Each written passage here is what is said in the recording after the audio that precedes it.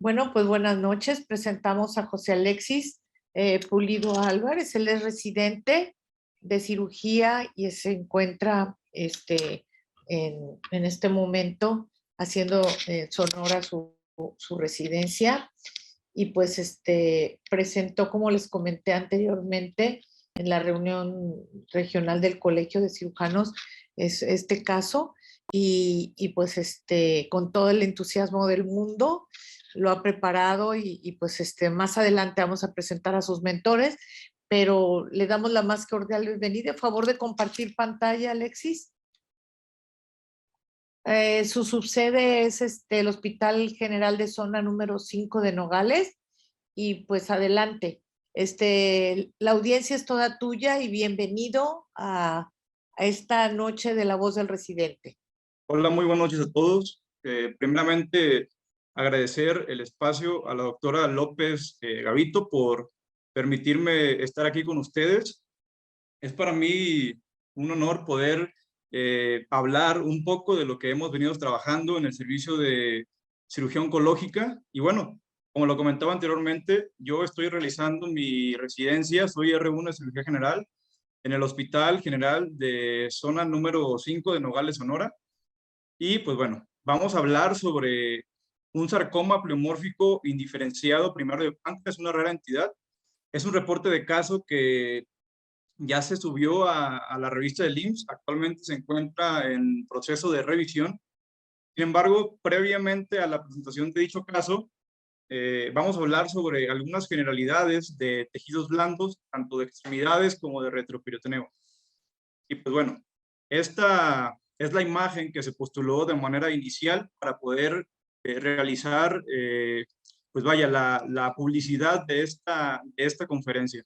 Y pues bueno, yo soy egresado de la Universidad Autónoma de Nayarit, lo repito nuevamente, actualmente R1 de Cirugía General en el IMSS número 05 de Nogales, Sonora.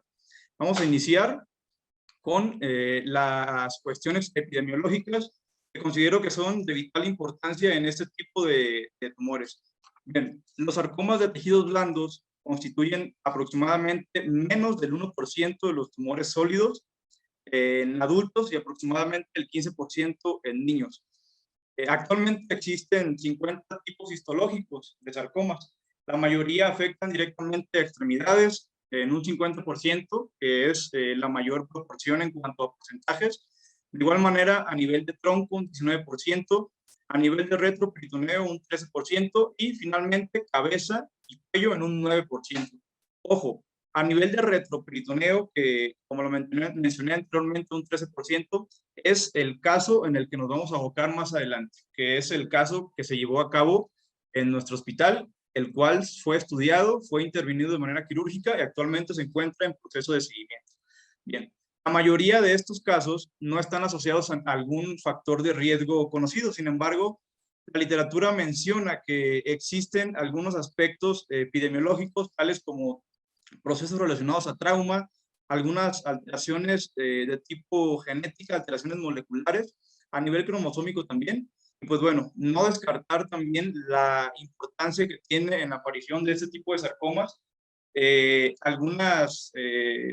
algunos aspectos químicos o moleculares, tales como los herbicidas, que más adelante los vamos a comentar.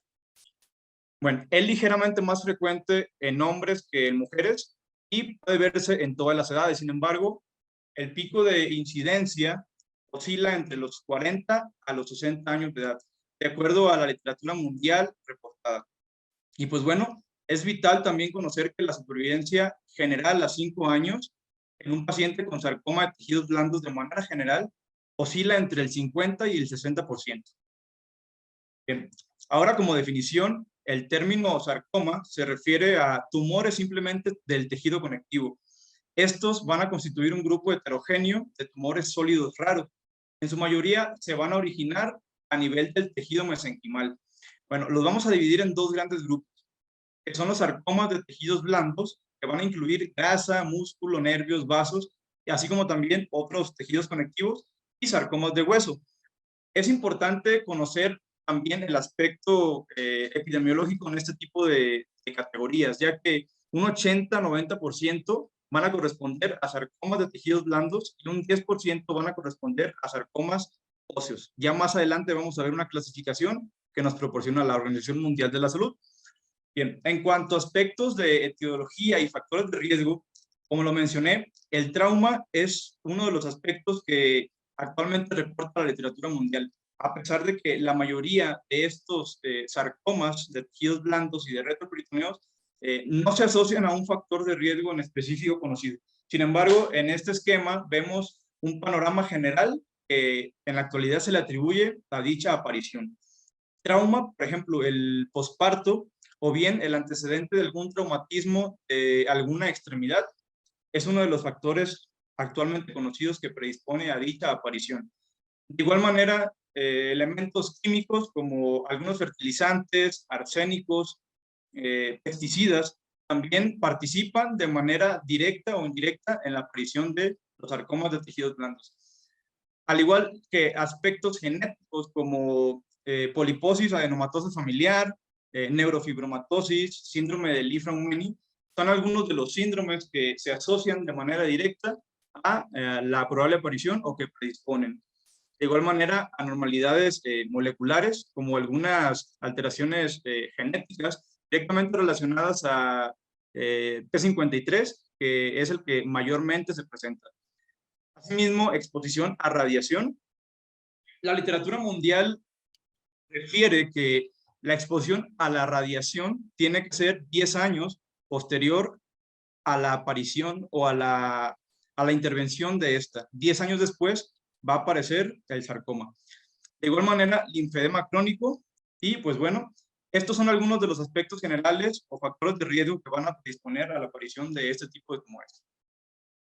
Aquí vemos una clasificación de algunos tipos histológicos que nos proporciona la Organización Mundial de la Salud, entre los que destacan los tumores adipocíticos, entre los cuales se integran el liposarcoma desdiferenciado, el liposarcoma mixoide o de células redondas, así como también el liposarcoma pelomórfico. De igual manera, tumores fibroblásticos o miofibroblásticos, en los que destacan los fibrosarcomas, los mixofibrosarcomas de bajo grado, así como también los sarcomas fibromixoides de bajo grado y los fibrosarcomas epiteloides esclerosantes, por mencionar algunos. De igual manera, los tumores fibrohistocíticos, como el sarcoma pleomórfico indiferenciado. Ojo, el sarcoma pleomórfico indiferenciado es la categoría en la que nosotros incluimos al tumor de sarcoma tejido blando retroperitoneal estudiado, de acuerdo al estudio histopatológico, que más adelante lo vamos a comentar. Así como también tumores de músculo liso como el leiomiosarcoma y pues bueno, de músculo estriado como el rhabdomiosarcoma, tanto embrionario como alveolar y pleomórfico. Así como también tumores vasculares como el hemangioendotelioma epiteloide y angiosarcoma profundo. Y pues bueno, algunos otros como asociados a nervios periféricos, como el de la vaina del nervio periférico, y tumores condroóseos, como el condrosarcoma extraesquelético o el osteosarcoma extraesquelético. Y pues bueno, también la OMS nos incluye algunos tumores relacionados a diferenciación desconocida, como los que podemos observar en la parte inferior. Bueno, en cuanto a la anatomía patológica, la mayoría de estos tumores van a derivar del mesodermo y del ectodermo. Para que se pueda realizar la diferenciación de estas, vamos a determinar el grado histológico, que es lo que se va a tomar en cuenta para la presencia de necrosis, la morfología nuclear, el grado celular y el número de mitosis. Así como también el tamaño, que va a ser de vital importancia porque va a representar un valor pronóstico en cuanto al control local. Bueno, las manifestaciones clínicas en este tipo de sarcomas van a variar de acuerdo a la localización. Por ejemplo, tumores relacionados a extremidades, generalmente el 60% de estos se van a presentar asintomáticos. Generalmente estos pacientes van a presentar una tumoración mayor a 5 centímetros. Esta puede ser indolora o puede presentar dolor en ocasiones. Sin embargo, las estadísticas nos marcan que más del 50% cursan de manera asintomática. Asimismo, tumores relacionados a retroperitoneo, por ejemplo, van a presentar sintomatología relacionadas a tumoraciones abdominales en un 80%, o bien otros van a presentar síntomas neurológicos. El 37% de estos pacientes a nivel de retroperitoneo van a presentar dolor o bien pérdida del peso. Pacientes que cursen con sarcomas de tejidos blandos retroperitoneales y ya exista invasión a otras estructuras adyacentes, pueden presentar ictericia, hematuria o bien datos de oclusión intestinal.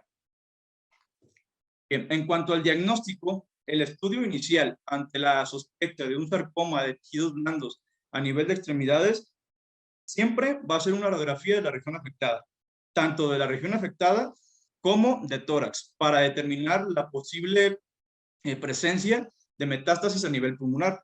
Porque, ojo, el principal órgano relacionado a sarcomas de tejidos blandos que se asocia a metástasis va a ser el pulmón. Hablando en términos generales. Así como también en lesiones que sean mayores a 5 centímetros, ya se consideran las sarcomas de alto grado, se sugiere solicitar una tomografía tanto de la región afectada como de tórax. Y pues bueno, la resonancia magnética también es útil al momento de querer descartar lesiones a nivel muscular o a nivel nervioso. En cuanto a sarcomas de tejidos blandos a nivel de retroperitoneo, se sugiere la tomografía simple y con contraste oral e intravenoso. Y pues bueno, es necesario realizar un adecuado diagnóstico diferencial ante este tipo de sospechas. Bien, en cuanto a la biopsia y al estudio histopatológico, la biopsia se considera el gold estándar para realizar el diagnóstico óptimo. Hay que tomar en cuenta que la inmunohistoquímica, la microscopía electrónica y actualmente la genética molecular han tenido un gran auge en cuanto al apoyo a este tipo de sarcomas. Es importante solicitar inmunohistoquímica en apoyo a las biopsias. En el caso de un paciente con un sarcoma de tejidos blandos a nivel de retroperitoneo, la biopsia no es estrictamente necesaria de manera inicial, ya que lo ideal sería un tratamiento quirúrgico en este tipo de pacientes. Y pues bueno, en el caso de pacientes que se tengan que realizar procedimientos quirúrgicos, pero que ya se sospeche de un sarcoma de tejidos blandos de alto grado a nivel de retroperitoneo, ahí se considera ideal una biopsia previo al tratamiento quirúrgico para posteriormente iniciar con quimio radio. En cuanto a los factores de mal pronóstico, tenemos un tamaño mayor a 5 centímetros, que el paciente tenga más de 50 años, que haya adhesión o localización a planos profundos y así como también metástasis ganglionares. Generalmente los pacientes que cursen con un tamaño mayor a 5 centímetros, tanto de extremidades como de retroperitoneo, que estamos hablando de un T2 según la clasificación de TNM, bueno, ya se considera factor de mal pronóstico. En cuanto a las vías de diseminación, el trayecto de elementos del tejido conectivo siempre va a estar presente, siempre. Sin embargo, la principal vía de diseminación en este tipo de tumores, sarcomas, va a ser la hematógena en un 90 a un 95% y la vía linfática en un 5%.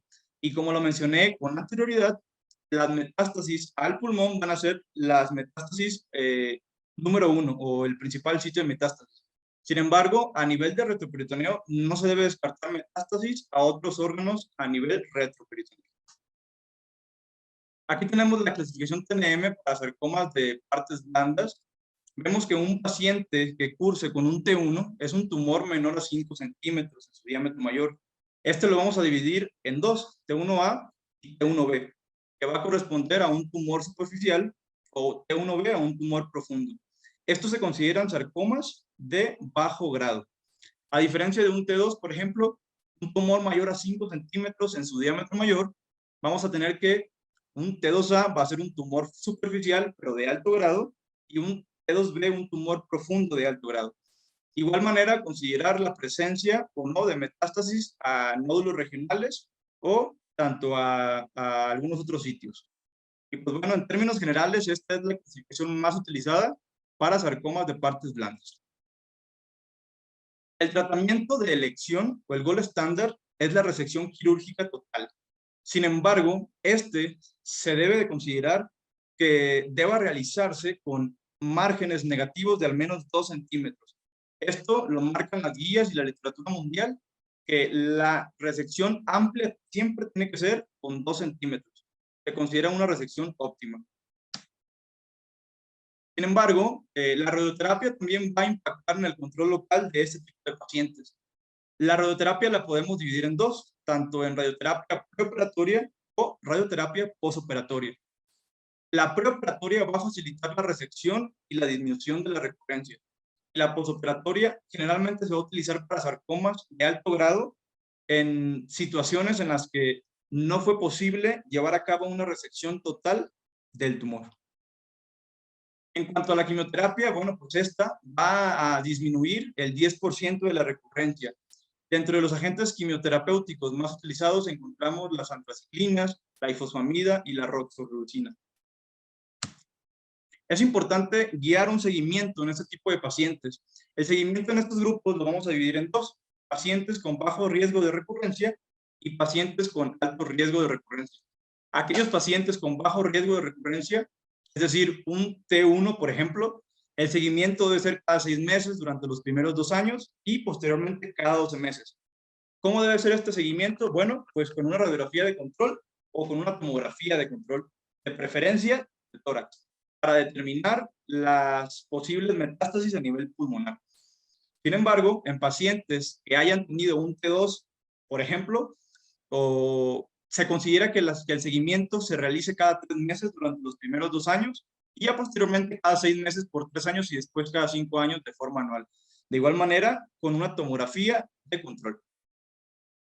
Y pues bueno, esto fue a grandes rasgos el abordaje de los sarcomas de tejidos blandos, tanto de extremidades como de retroperitoneo. Ahora vamos a comenzar con el caso que se llevó a cabo en mi hospital, el Instituto Mexicano del Seguro Social, HGesta5 de Nogales, Sonora, el cual lleva por nombre sarcoma pleomórfico indiferenciado primario de páncreas, una rara entidad. Doctora, no sé si quiere hacer alguna intervención hasta este momento. No, hasta que termine tu exposición, por favor. Ok.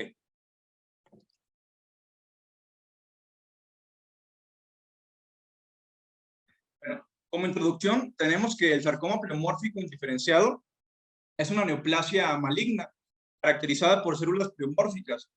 Estas se van a caracterizar por una diferenciación fibroblástica e histocítica. Generalmente se va a presentar en pacientes entre 60 a 70 años de edad. Generalmente van a predominar en miembros inferiores y el principal factor de riesgo asociado en los sarcomas pleomórficos indiferenciados es la presencia de la radiación ionizante. Bien, la presentación en páncreas como sitio primario actualmente es extremadamente rara.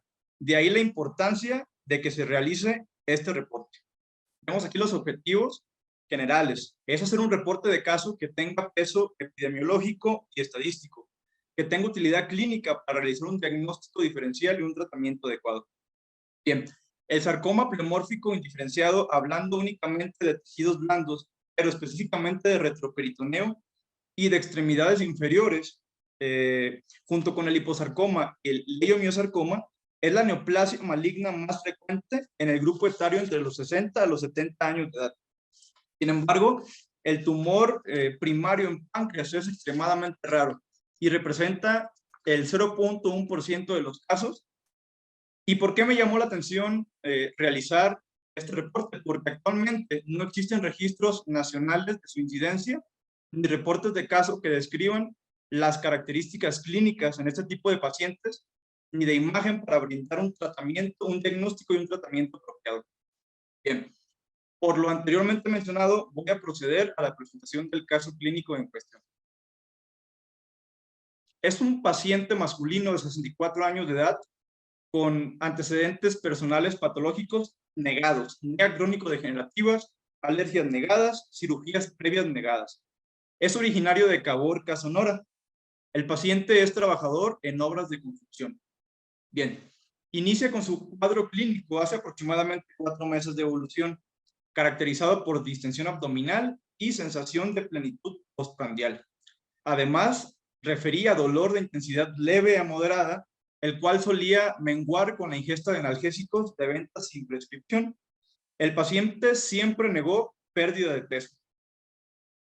Bien, debido a que los episodios de dolor fueron cada vez más repetitivos, el paciente decide acudir a atención médica, en donde se le realizó un ultrasonido abdominal y el cual se observó una lesión sospechosa que aparentemente dependía del páncreas, motivo por el cual fue redirigido a nuestro hospital para continuar con el abordaje de manera específica.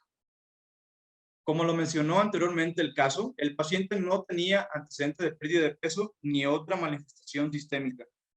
De hecho, los estudios de laboratorio de rutina mostraban una adecuada función renal y hepática, solamente un patrón de anemia normocítica leve y marcadores tumorales dentro de parámetros normales.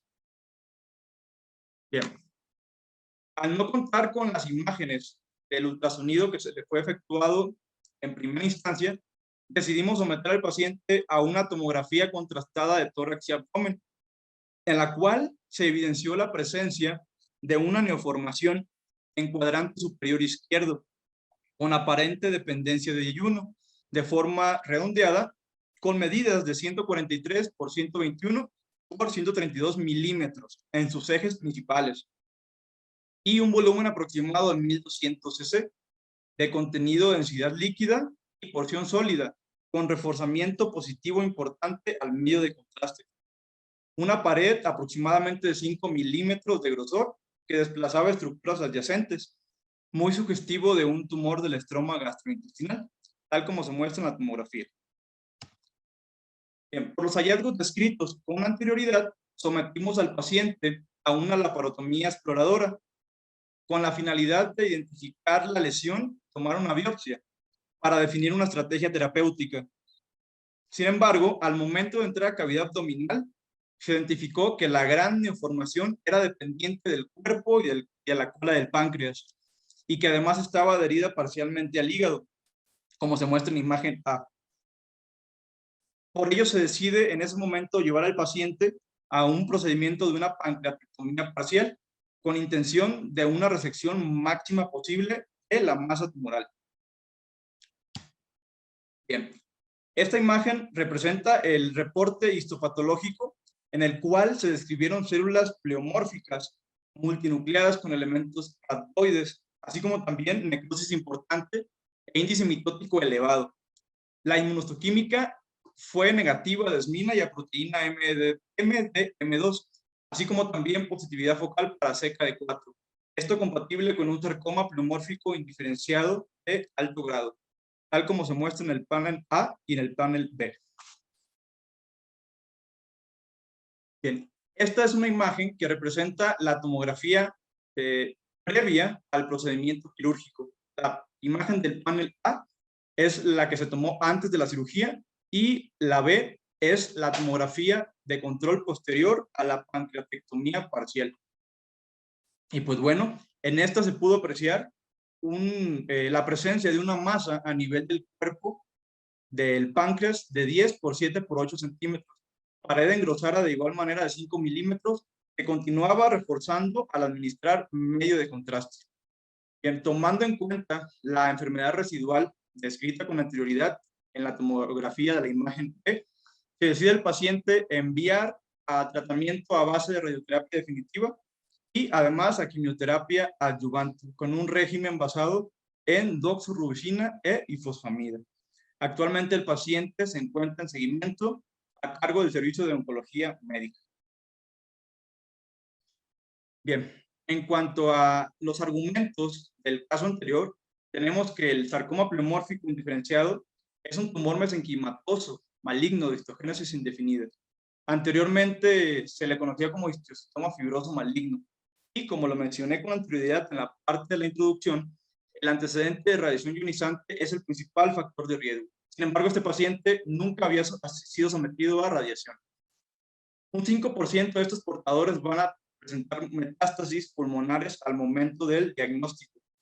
Se considera una enfermedad altamente recurrente, pues su supervivencia libre de recurrencia a 5 años es alrededor del 20%. Bien, la enfermedad a nivel del páncreas como sitio primario es extremadamente rara, como lo mencioné también, y pues generalmente no existe una pérdida de peso masiva ni ataque al estado general como en el caso de los adenocarcinomas pancreáticos. Bien, la lesión de aspecto quístico, específicamente en la resonancia o en la tomografía, se puede diferenciar densidades líquidas y sólidas y que van a reforzar de manera positiva al administrar medio de contraste. Es una de las características que nos marca la literatura al momento de identificar una lesión de sarcomas pleomórficos indiferenciados a nivel de retroperitoneo. El realce periférico importante al administrar contraste.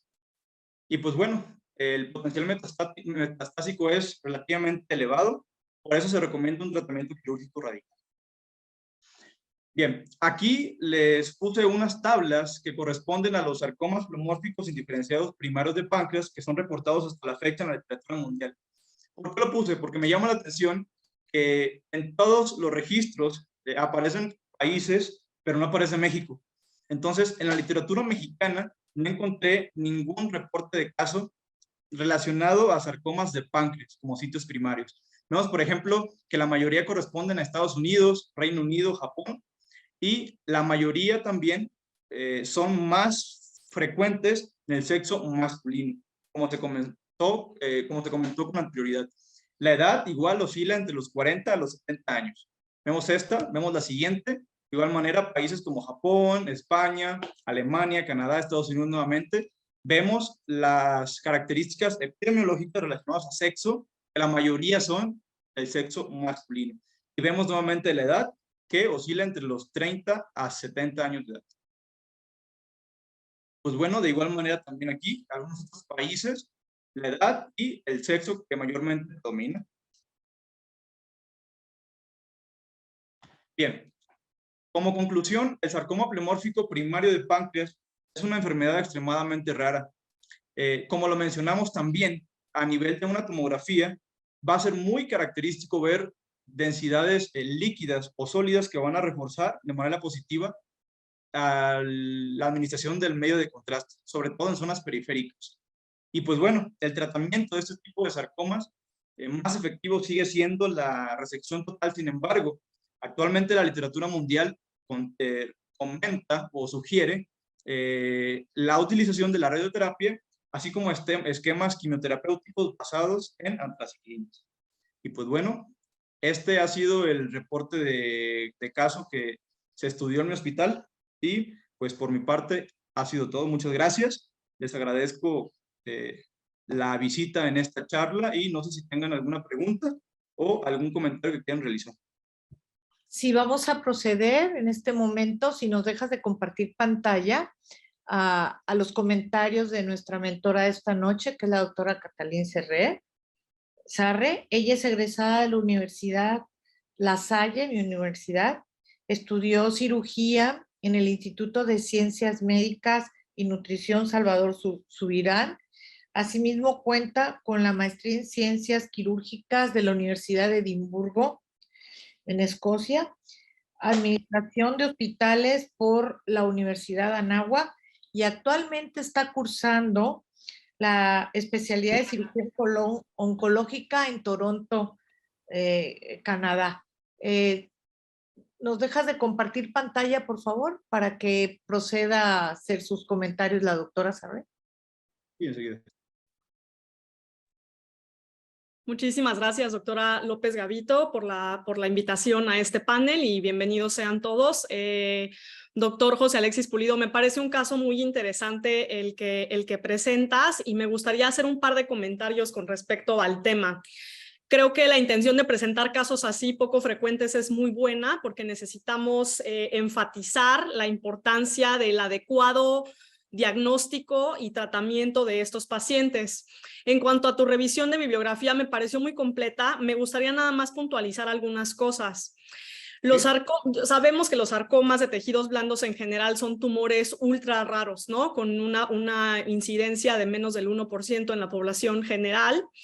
Y es todavía más difícil dividirlos en sarcomas de extremidades y sarcomas abdominales y de retroperitoneo. Creo que es muy importante porque varios de los factores que mencionaste, como más de 5 centímetros o profundo a la fascia, Esas son características que todos los sarcomas abdominales y de retroperitoneo van a tener. Entonces, esos no se consideran factores pronósticos en tumoraciones torácicas, abdominales o retroperitoneales como la que tú presentas. Sí se consideran en sarcomas de extremidades, porque es mucho más difícil que tengas un tumor de más de 5 centímetros y que no te des cuenta en una extremidad a que lo tengas en el retroperitoneo, en donde comúnmente vemos tumores de más de 20, 30 centímetros, sobre todo en la población mexicana que no tiene un acceso oportuno, ¿no?, a servicios de referencia.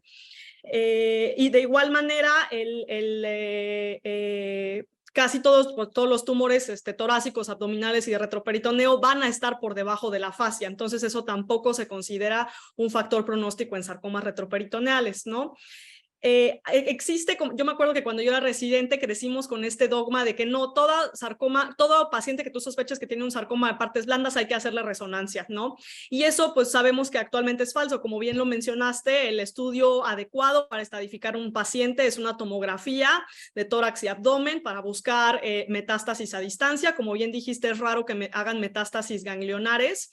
De manera interesante hay subtipos de sarcomas como el liposarcoma mixoide que pueden hacer metástasis a distancia a tejidos blandos. Nosotros tuvimos un paciente con un liposarcoma mixoide en la pierna que hizo metástasis paravesicales 3 años después. Estos pacientes se estadifican con resonancia magnética, inclusive a veces de cuerpo entero, pero son casos muy específicos, ¿no? Como lo mencionaste, la reso solamente se pide si tú sospechas involucro nervioso o muscular de estructuras críticas, por ejemplo, un sarcoma pélvico, en donde si estás considerando una hemipelvectomía interna, eso involucra una resección pues muy grande y vale la pena hacer una resonancia, ¿no? Para saber qué estructuras se van a ir en esa resección compartamental o qué estructuras podemos salvar.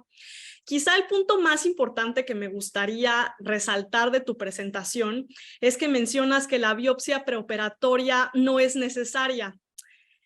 Aquí a manera nada más educativa, a mí me gustaría preguntarte si todos sabemos que con los lentes de retrospección las cosas son mucho más claras, ¿no? Pero si tú hubieras sabido que este paciente era un liposarcoma pleomorfo de manera prospectiva, ¿crees que hubiera cambiado en algo tu tratamiento o tu abordaje?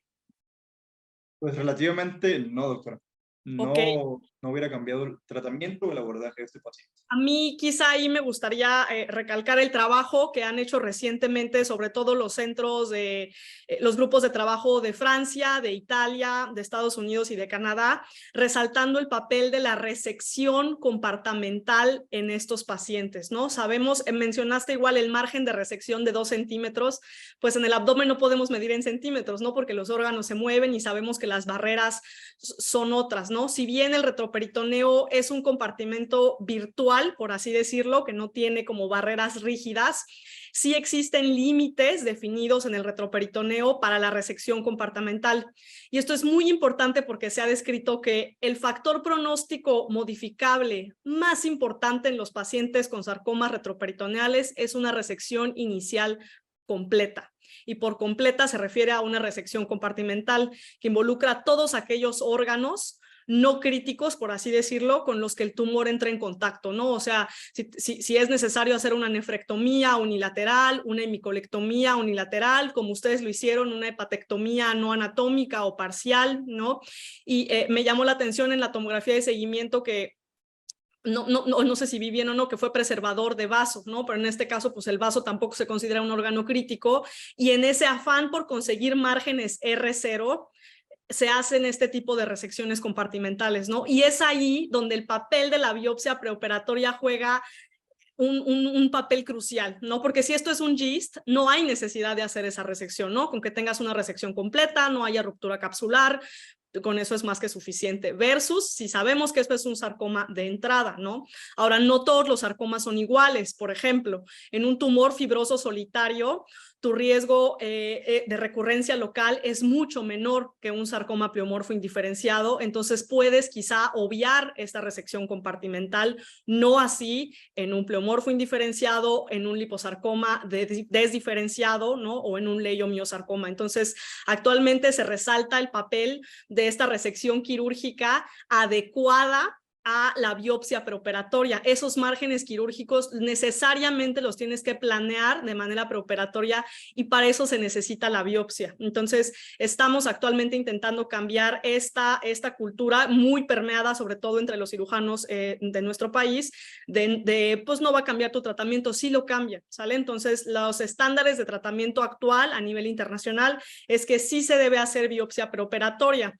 Algo que creo que mencionaste de una manera muy adecuada es que, eso sí, nunca biopsia incisional, ¿no? Se ha visto que una biopsia con aguja gruesa, percutánea, no tiene mayor riesgo de siembra tumoral o de ruptura capsular a través del retroperitoneo, inclusive se puede hacer transabdominal dependiendo de la localización anatómica, pero eso sí, jamás una biopsia abierta, ¿no? Si tú, digamos, ¿no? Estás en el servicio social de cirugía, te llega una cole aguda, la metes, digamos que tienes láparos en tu servicio y le encuentras una masa retroperitoneal, eso sí, no biopsiarla, ¿no? No tocarla, hacer lo que tengas que hacer con la cirugía y eventualmente referir a ese paciente, porque también hay hallazgos transoperatorios que el cirujano con la mejor fe o en su mayor intento de ayudar al paciente hace una biopsia incisional en ese momento y contamina todo el espacio peritoneal y ahí sí pues modifica de manera muy drástica el pronóstico del paciente, ¿no? Y pues nada más, por ahí escuché como de manera muy pesimista que la sobrevida del sarcoma piomorfo indiferenciado es de 20% a 5 años. Yo quizá estaría un poquito en desacuerdo. De un sarcoma piomorfo indiferenciado localizado puede ser hasta de un 60%, pero de nuevo, el factor pronóstico modificable más importante es esa primera cirugía compartamental, ¿no? Entonces, los invitaría a todos a revisar estas nuevas guías. Hay un grupo de trabajo que se llama el Grupo Transatlántico de Sarcoma Retroperitoneales o TARPSWAG, que tienen videos educativos y material didáctico muy padre, sobre todo para los residentes de cirugía y para la población médica en general. Y también nos gustaría invitarles, como coordinadora del Grupo Mexicano de Sarcomas, a este primer webinar de principios diagnósticos en lesiones retroperitoneales. Este es un webinar gratuito, tiene aval de la AMSG y por lo tanto tiene valor curricular, ¿no? En este primer webinar vamos a cubrir los estudios de imagen necesarios, el papel de la biopsia preoperatoria, el diagnóstico diferencial con lesiones benignas y cuáles son los estándares en los reportes histológicos, porque sabemos que actualmente no vale con solo decir es un sarcoma, necesitamos saber nombre y apellido de ese sarcoma para poder hacer el tratamiento histológico adecuado al subtipo, ¿sale? En este código QR lo pueden escanear para registrarse y con mucho gusto. Es una serie de 5 webinars y de nuevo avalados por AMSG, ofrecidos por el Grupo Mexicano de Sarcomas. Y otro punto que me gustaría resaltar, que creo que le diste justo en el clavo, es que en México no hay análisis nacionales, ¿no? Por lo tanto, el Grupo Mexicano de Sarcomas está haciendo este análisis retrospectivo de sarcomas de tejidos blandos. Yo tengo el honor, junto con el doctor Dorian García del INCAN, de ser la investigadora principal. Y el objetivo principal de este protocolo es describir patrones de incidencia, histología y modalidades de tratamiento. Justo todos los déficits que tú mencionaste, nosotros también los hemos visto y estamos dirigiéndonos hacia como pues salvar un poco este déficit del Registro Nacional de Cáncer, y no tenemos ninguna información epidemiológica en México desde el 2006, ¿no? Entonces llevamos hasta el momento más de 30 centros reclutados de 20 tantos estados. Doctor Pulido, nos encantaría que fueras parte de este proyecto. No hay un mínimo de pacientes, con un solo paciente pueden participar, y si hay algún otro residente interesado en la audiencia de unirse a este proyecto, de igual manera con mucho gusto, ¿sale? Este es el correo del Grupo Mexicano de Sarcomas, es sarcoma.mx@gmail.com, y también nos pueden encontrar en Twitter, y con muchísimo gusto, quien sea que quiera ser parte del grupo, que quiera participar en el análisis o que quieran más información acerca de los webinars, estamos ahí para ustedes. Y doctora López Gavito, no sé si usted tenga algún otro comentario. Pues realmente el objetivo de estas sesiones de tener más casos y fue pues de alguna manera algo que nos estaba preocupando, porque el hecho de manejar casos aislados, a la diferencia de hacer un grupo y de que, por ejemplo, ahorita ya Alexis ya sabe que cualquier duda que tenga puede consultar y que específicamente están manejando esto, y aparte con esa necesidad tan grande que tenemos de educación. O sea, el educar en este tema creo que nos invita a pesar de que tengamos el acceso de la información científica, a veces el experto, como te diste cuenta hoy, Alexis, nos da otro panorama. Y pues yo sí, abusando de la doctora Sarre, que realmente ha estado muy participativa con nosotros y que nos hizo favor la doctora Karina Sánchez también de hacernos ver lo importante que es estar en contacto con este grupo mexicano de sarcomas, porque obviamente a futuro vamos a tener, como tú dijiste, cifras mexicanas, vamos a tener protocolos mexicanos y por qué no decir, en lugar de tener casos aislados, ir reclutando más casos que al final del día le van a hacer un mejor pronóstico al paciente y no el cómo lo hago yo creo que está bien así, si no tenemos una evidencia. Y pues realmente te felicito, Alexis, porque desde el día que yo vi que presentaste tu trabajo allá en San Carlos, Sonora, yo te invité porque yo considero que es muy importante que como residentes tú te estés,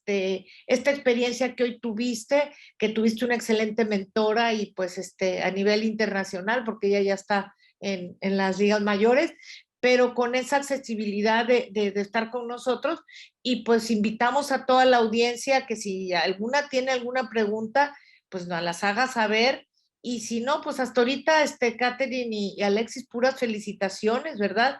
De la doctora Cortés, la doctora Teresita de Calvillo, la doctora Karina Sánchez, pues casi todos, Adrianita Mansur también está felicitando y creo yo que todo esto que estamos logrando es para que se dé a conocer. Por favor, coméntenles a sus amigos, a los residentes, pues que esté este programa, que lo hicimos quincenal para que tuvieran la oportunidad de preparar mejor su trabajo y pues desde luego que vamos a hacer mucha difusión al curso de sarcomas que ya está próximo a iniciar y pues si no hay ningún otro comentario, pues estamos en redes sociales como dice Catherine y Alexis, pues con toda confianza, cualquier cosa en que te podamos apoyar en la voz del residente con nuestras compañeras. Lucero levantó la mano. A ver, Lucero, ¿le podemos permitir a Lucero que abra su micrófono?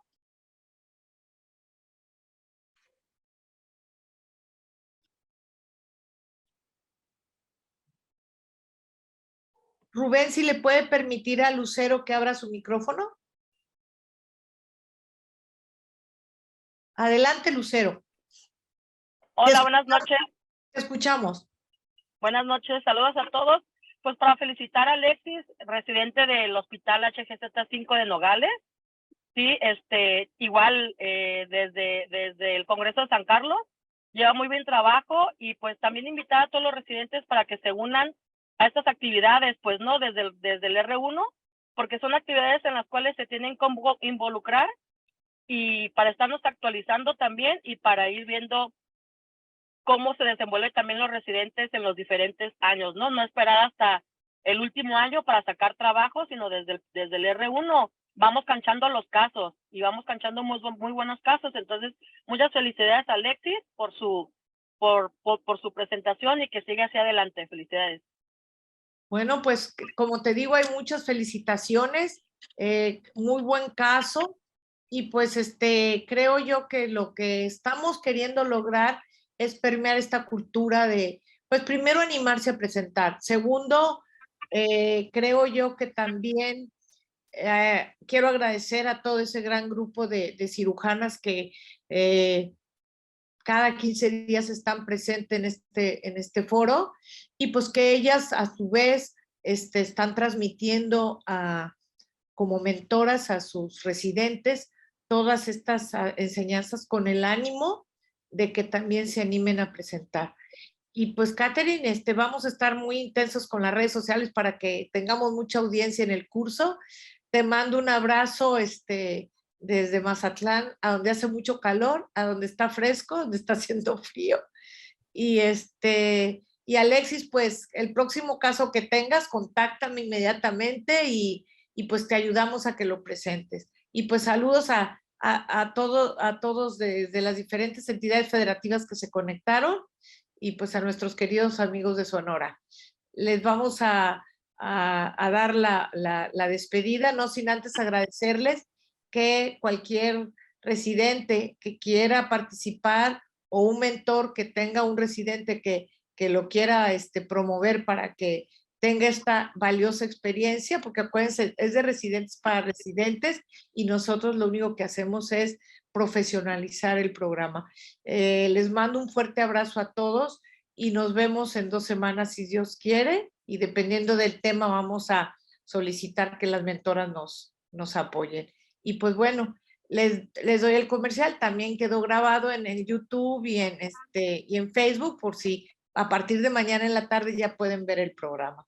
Y me despido de todos ustedes deseándoles un feliz inicio de semana. Hasta luego. Gracias, doctora. Hasta Gracias. luego. Un gusto, Alexis. Muchas gracias a todos.